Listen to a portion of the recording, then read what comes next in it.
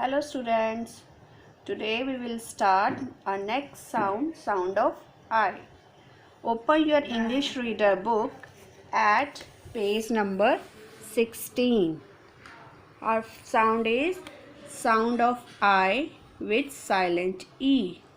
Says as I, D, I, N, dine, H, I, D, hide, B, I, T, bite, K, I, T, kite, D, I, die, F, I, N, fine, R, I, D, ride, S, I, T, sight, M, I, L, mile, F, I, fi, L, I, N, line, N, I, N, nine, P, I, N, pine, T, I, D, tide, S, L, I, D, slide.